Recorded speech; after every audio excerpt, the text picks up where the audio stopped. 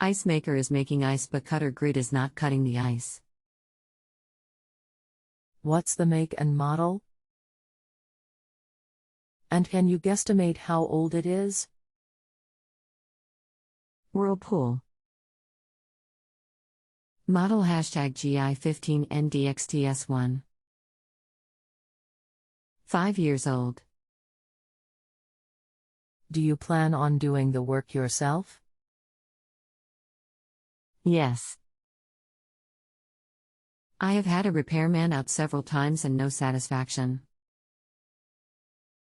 Anything else we should know to help you best? I'm trying to decide whether to change the control board or cutter grid. The cutter grid is not broken and appears to be in good condition. The cutter grid plug and outlet are discolored.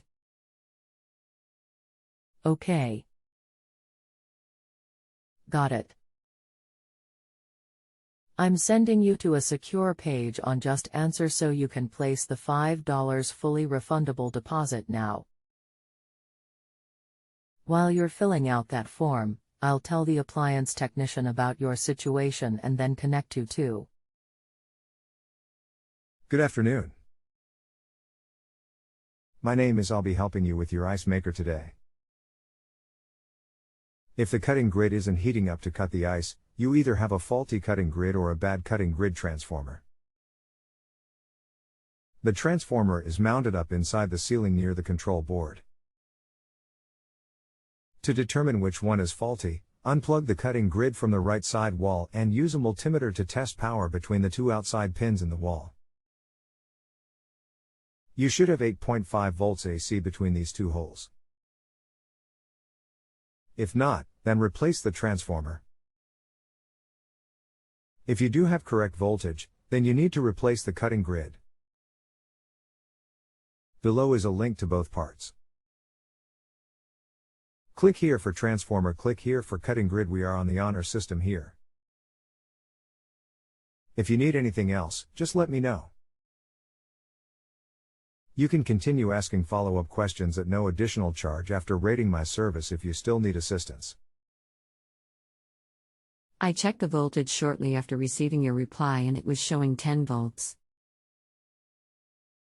Therefore I plugged the grid back in and felt heat coming from the grid a little while later. I let the ice maker run and it was making ice. It has been running for approximately 8 hours and I checked it again just now.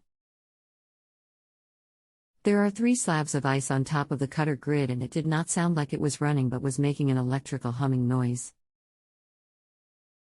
I turned the power button off and the noise stopped. Please help. I'm not sure what to say since I'm not there and can't hear the humming noise or where it's coming from. But if there are 3 slabs on top of the cutting grid, either the grid has a bad connection and it's going bad, or the transformer is cutting in and out and the transformer needs to be replaced. You might have to wait to test it until the unit is acting up. It has done this before along with water running over the evaporator plate, melting the ice on the cutter grid and the ice that was in the bin. The noise was a somewhat faint electrical noise like what a transformer might make and sounded like it was coming from the area in the ceiling where the controls are. The plug and outlet for the grid on the left side is discolored brown.